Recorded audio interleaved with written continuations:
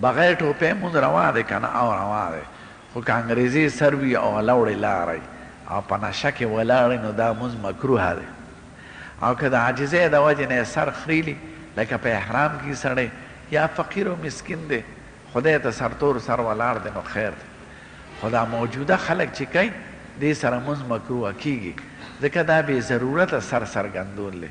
نو بې ضرورته به سر نه څرګندوي. یو ټوپۍ د ځان سره ساتي. قضا عمرې په شریعت کې نشته.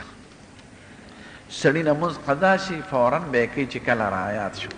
دا د حضور پاک وینا ده، من نام عن صلاة او نسیها فلیصلها اذا ذکرها فان ذلک وقتها.